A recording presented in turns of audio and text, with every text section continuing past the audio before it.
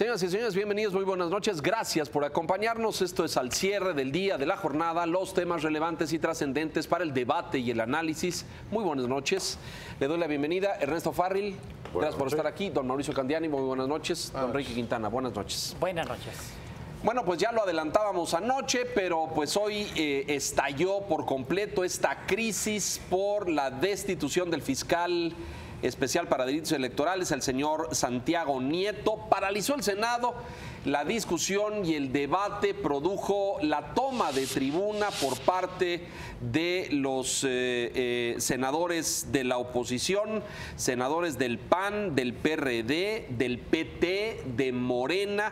Tomaron la tribuna, como se dice en la jerga legislativa, reventaron la sesión e impidieron que avanzara. Y todo parece ser, el debate está en el formato de cómo abordar la destitución y la salida del señor Nieto. Este es el momento en que en el Senado pues la oposición toma la tribuna e impiden que continúe. Vea usted el senador Barbosa, en fin, pues todos ahí, el PRD, el PT, el PAN, se posicionaron en la tribuna y reventaron. ¿Qué defiende cada uno y qué es lo que quieren? Déjenme mostrarles las posiciones. ¿Qué dice el PRI y el Partido Verde Ecologista? Bueno, ellos dicen que vaya directo al Pleno la discusión el día de mañana. Sí se cita a Santiago Nieto, el fiscal destituido, y Arturo Elías, el procurador de facto, el procurador en funciones. En ese orden, esto es importante, y el formato es así: mensaje de cada uno, después ronda, bueno, por separado, esto es muy importante.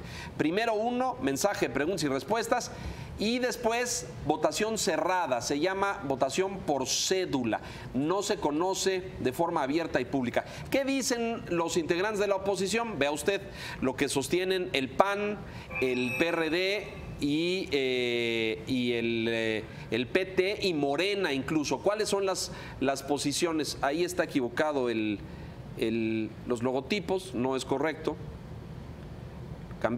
¿Está el gráfico? Bueno, lo corregimos en un momento, pero mire usted, este es el momento en el que se revienta la sesión en el Senado y toman la tribuna. Y esencialmente, aquí está la postura de la oposición. Ellos dicen que no vaya al Pleno, sino que vaya primero a la Comisión de Justicia. No en una decisión fast track mañana, rápido, express, dicen ellos, sino que primero vaya a la comisión, se discuta ahí de fondo y luego vaya al Pleno. Que en efecto mañana se cite y se escuche a las partes, pero ellos invierten el orden. Dicen que primero hay que escuchar al procurador en funciones, Arturo Elías, porque es el que destituyó, y que después venga el funcionario a defender con sus argumentos. Es decir, el orden también es una diferencia. Y finalmente en el formato, sí el mensaje, sí la ronda de preguntas y respuestas, pero lo que piden los partidos de oposición es votación abierta, no votación cerrada. Ahí está atorado el asunto. Al final de la sesión salieron los señores del PRD y de otros partidos a decir, porque ya hay un argumento en contra, Enrique, Mauricio, Ernesto, que es: si esto no avanza, van a paralizar la ley de ingresos, que además se rompe con un precepto legal que se supone tiene que estar el 31 de octubre. El próximo martes, tienen tiempo suficiente. Hay que entender por qué es importante la diferencia y cuál es la esencial de las varias que aquí hemos anotado. La diferencia esencial radica en votación abierta y votación cerrada. ¿Y por qué es relevante que sea abierta o cerrada? Porque la posibilidad de que se ratifique la decisión del procurador en funciones, de Arturo Elías Beltrán, ¿qué es lo que quiere la oposición? Depende básicamente de 5 senadores, de senadores independientes. Si los senadores independientes realizan una votación abierta, el cálculo de la oposición, del PRD, Morena, el PAN, es que el PT, ganan la restitución. Es que no van a atreverse a cargar con el costo político de levantar la mano y decir sí, que se destituya a Santiago Nieto. En una votación cerrada no se sabe quién votó por quién.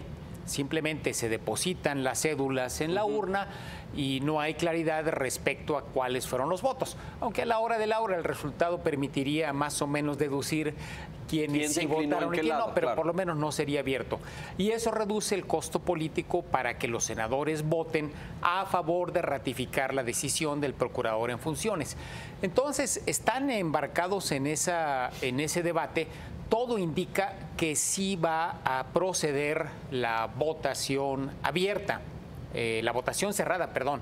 La votación cerrada, bueno, que es la que algo propuso, que ya ganaron en la Junta de Coordinación Emilio Política. Gamboa. Sí, pero yo con este mecanismo yo creo que todavía van a... Está el jaleo y digamos que la toma de tribuna fue el pataleo que ejercieron, el derecho de pataleo que ejercieron los senadores de la oposición, pero pareciera que todo va apuntando a que va a ser una votación cerrada, lo cual no garantiza que se ratifique la decisión de Elías Beltrán. Partimos del precepto, y es un error mío y lo corrijo, de que usted entendía que defendían cada uno. Bueno, el PRI quiere, el gobierno destituyó a Santiago Nieto, el PRI y el Verde respaldan esa decisión y quieren que se vaya. Pero la oposición no quiere regresar a su posición, no quiere regresar a su puesto. Ahí está el debate, Ernesto. Así es el dilema entre que si el procurador Nieto, yo diría el fiscal con valor, por decirle decentemente, violó el código de conducta interno de la Procuraduría al revelar información a los medios. Es correcto. Por lo cual debe de ser destituido, o lo que está diciendo la oposición, que lo restituyan porque es el único fiscal que está investigando el caso de Odebrecht, detrás del cual pudiera haber financiamiento ilícito en la campaña presidencial. A mí me encanta ver cuando el mecanismo de balance de poder funciona.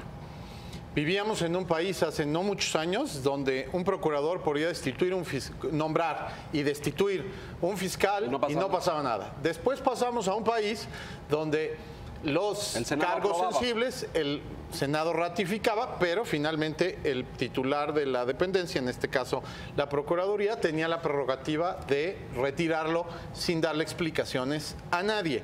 Hoy vivimos en un país donde el funcionario destituido tiene el mecanismo legal para ir a la Cámara que lo ratificó y decir, revisen la decisión, porque tengo algo que decirles, y además lo solicita ayer en un escrito muy formal, y eso activa este mecanismo. Y entonces entramos a lo que en política se acuña en la frase donde la forma es fondo. Y es el mecanismo parlamentario el que puede inclinar, como Enrique lo describió, el sentido del voto de unos y otros, porque siempre será más fácil en un órgano parlamentario esconder el voto en el anonimato de una papeleta que establecer con un voto electrónico, con nombre y apellido, quién y cómo votas y por qué. En este caso, debo decir que soy partidario de que la opinión pública presione al Senado, de que la votación sea pública, transparente y registrable.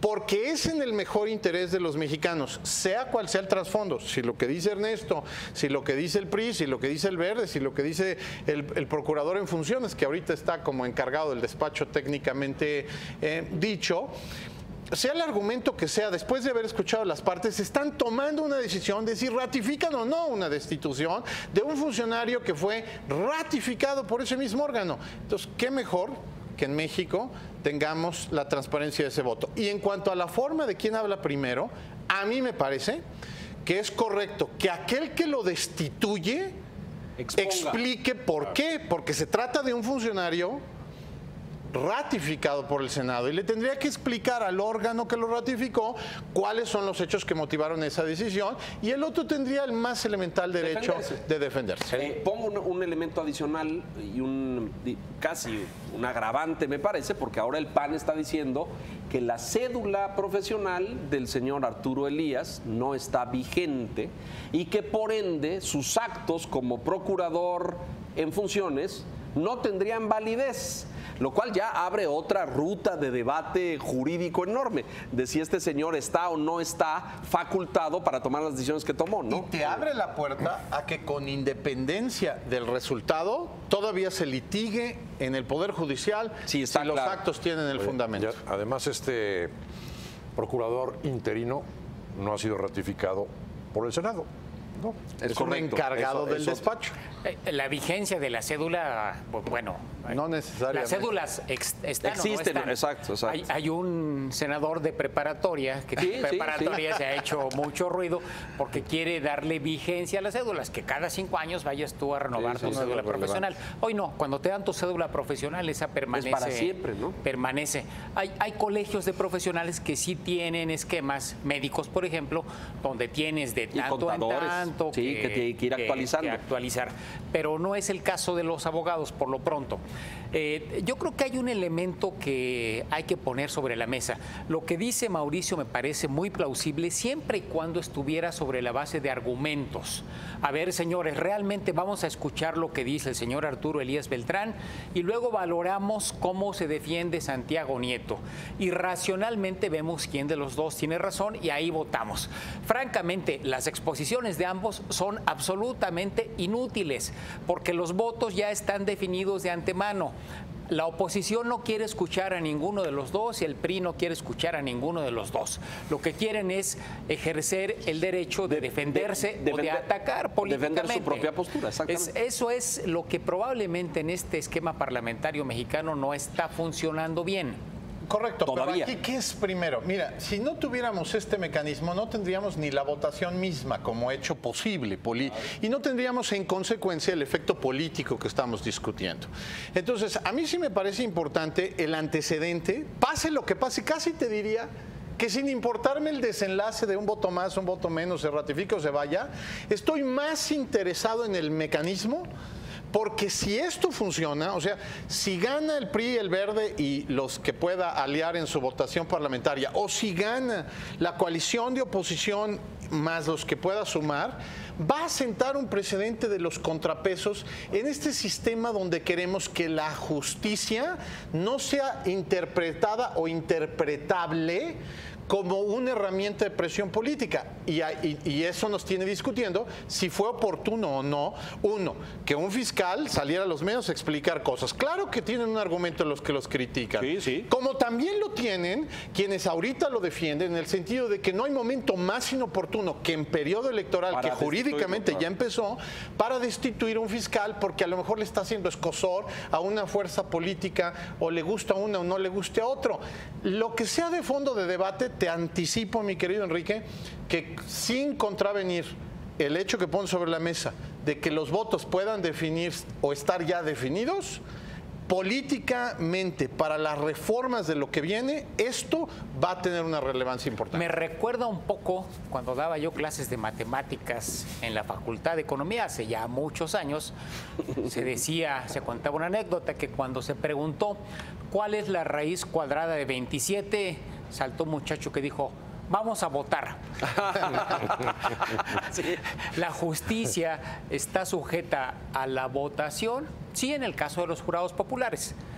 No, pero aquí no estamos discutiendo la justicia, ¿eh? Claro, estamos No. discutiendo si tiene razón el fiscal En haberlo destituido, ¿no? ¿Es justa la decisión o no es justa? La ley. Pero estás o no. cuestionando políticamente, así como juzgaste políticamente la ratificación de un funcionario, ahorita estás juzgando políticamente la destitución de un funcionario. Es la contraparte natural de la ratificación de un funcionario por un órgano Pero hay parlamentario. dos debates. Eso es lo interesante. Hay dos debates. Hay uno político. Claro. Otro jurídico. Y hay otro No jurídico. A lo mejor el estrictamente jurídico es que ese señor violó el debido proceso porque reveló información y estrictamente en lo jurídico tendría que irse. Correcto. Pero está lo político, que vienen unas elecciones y que el señor juega un papel fundamental. Y como si no fuera complicado suficiente lo que acabas de decir, todavía está el hecho de que estamos mezclando el apasionamiento Investigación, partidario claro, de una investigación que además Claro. tienen varios ahí, escosor En el curso, claro. o cuscús o como Claro, diría mi abuelita, claro. les está rascando alguna parte. Si estuvimos esta mañana con algunos personajes políticos de Perú, Enrique y tu servidor, Ajá. Y bueno, pues es ejemplar lo que está sucediendo ahí en cuanto a cómo se ha perseguido a funcionarios, incluso presidentes, por la justicia por casos de corrupción. A mí, como simple ciudadano, no me importa lo que suceda en el Senado, pero sí me gustaría que la investigación siga adelante, se vaya al fondo del asunto y se aclaren las cosas. ¿Hubo financiamiento ilegítimo en la campaña o no? Estoy hablando de Rusia y Estados Unidos. Bueno, vamos a mensajes porque se nos va el tiempo. Perdón. Lo que resulta evidente es que esta, en fin, iba yo a decir telenovela, pero este pasaje, este debate no se ha acabado. Los señores senadores de oposición han anunciado y advertido, amenazado incluso, que si mañana no hay la posibilidad de un acuerdo, van a mantener congelado el pleno y el debate en el Senado. Vamos a ver qué sucede. Y el presupuesto. Y bueno, y ya no hablamos de eso, pero pues la ley de ingresos está ahí, la van a mantener como rehén y ya veremos los discursos de los del otro lado diciendo que están irresponsablemente. Pero bueno, mensajes, regresamos, hay mucho más. ¿Cómo está la economía? ¿Cómo está el peso? Aquí tiene usted a los expertos. Agárrese a la silla. ¿Por qué? No sé.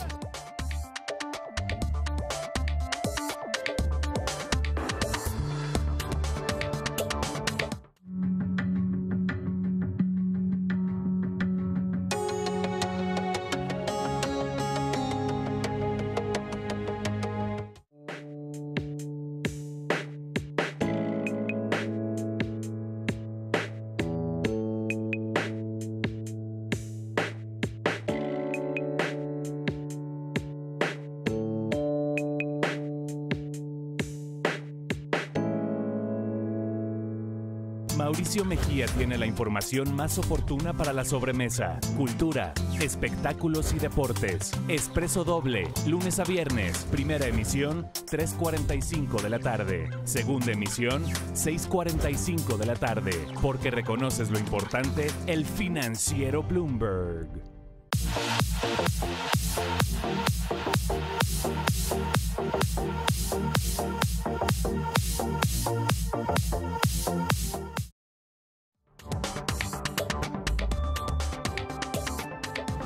Rápidamente una revisión al panorama económico con los analistas, los expertos. El peso se desliza hacia la baja, el tipo de cambio está rozando ahí. Aquí tenemos gráficas, se las vamos a presentar, pero ya estamos pues muy cerca, Ernesto, corrígenos, de los 20 pesos, ¿no?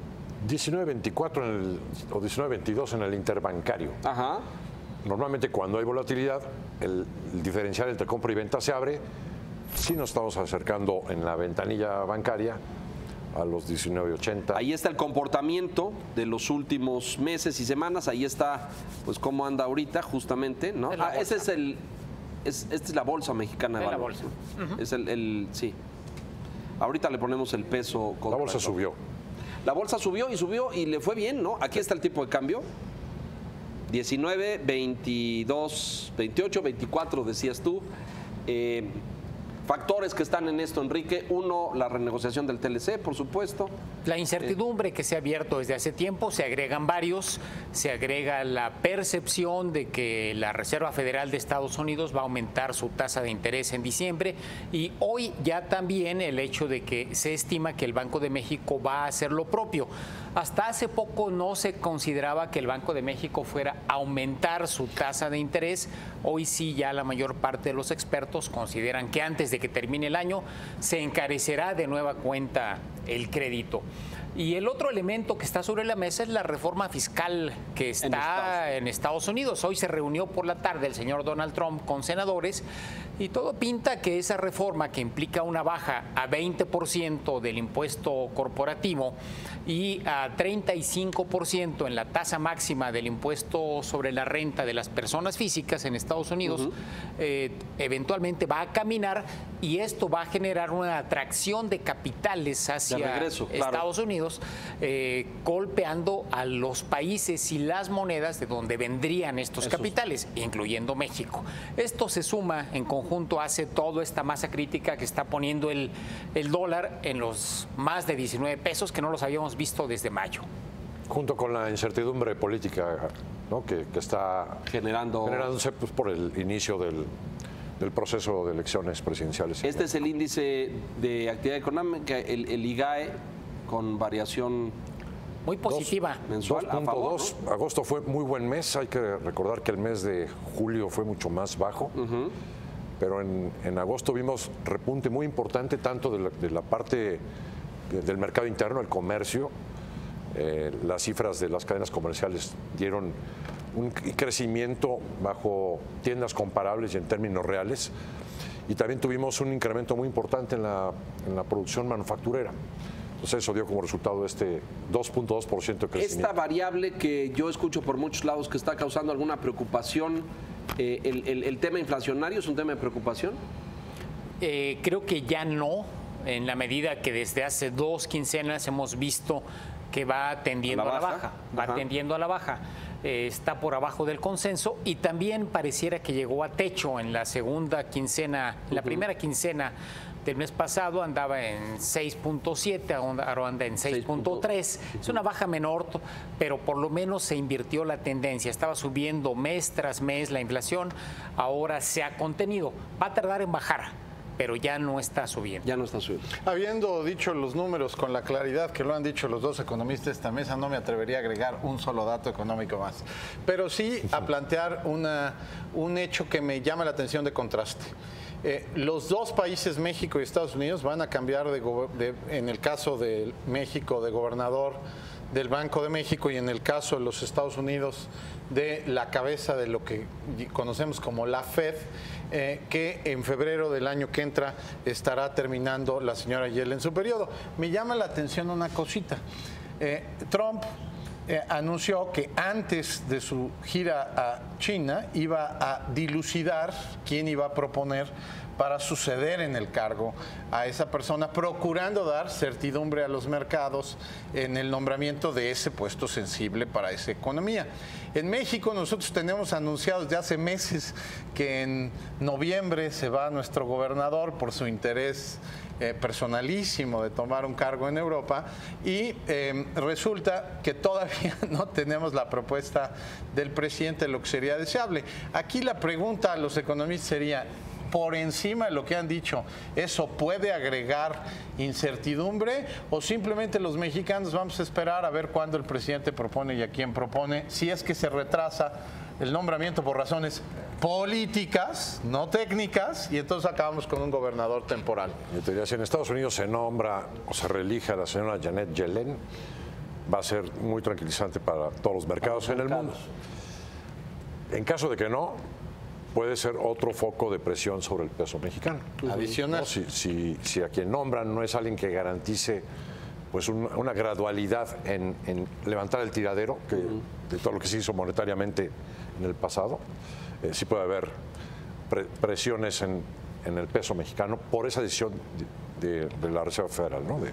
de quién se queda a cargo del Banco Central en Estados Unidos. Ahora, en el caso de México, me parece que más o menos los nombres que se han dado podrían inspirar tranquilidad, ¿no? Si se nombra uno de los nuevos vicegobernadores, señor Díaz de León, creo que los mercados lo van a aceptar. Lo van a recibir bien, calculas tú. Pero, nada más pero si se nombra, ¿a quién quieren? A mí. A Juan Antonio Meade. José Antonio Meade. Pues es como que una buena y una mala al mismo tiempo, ¿no?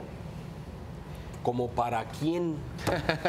O sea, ¿será buena para los sectores financieros o para los para un sector de la sociedad, para los mercados? Creo que tiene toda la razón Mauricio, esto va a ser político. Si la designación por consenso del Partido Revolucionario Institucional del candidato es antes del 30 de noviembre, no dudaría ¿Para el Banco de México? Para el PRI. No dudaría que antes de esa fecha el presidente de la República proponga al Senado al futuro gobernador del Banco de México. En realidad el mecanismo es curioso. El presidente propone al subgobernador y nombra al gobernador. El Senado ya no tiene vela en el entierro en el nombramiento del gobernador, es el presidente quien lo designa. Pero si para el 30 de noviembre no hay candidato del PRI, yo creo que lo que va a ocurrir es que tendremos un lapso en donde habrá un gobernador provisional, que ya sabemos quién es, el que por antigüedad le corresponde, que es el señor Roberto del Cueto. Fórmula automática prevista en la legislación. Sí, totalmente prevista en la ley orgánica del Banco de México. Y se esperará el presidente hasta que defina si el secretario de Hacienda es candidato a la presidencia o se va al Banco de México. Yo creo que esos son sus dos destinos. Si es antes del 30 de noviembre, cumplirá con los calendarios, y si no, pues se va a alargar un poquito. Total, son fiestas navideñas. ¿Cuál es el premio para el candidato? ¿El banco o la candidatura? Está bien, no lo contesten. Vamos a mensajes, regresamos enseguida a conclusiones.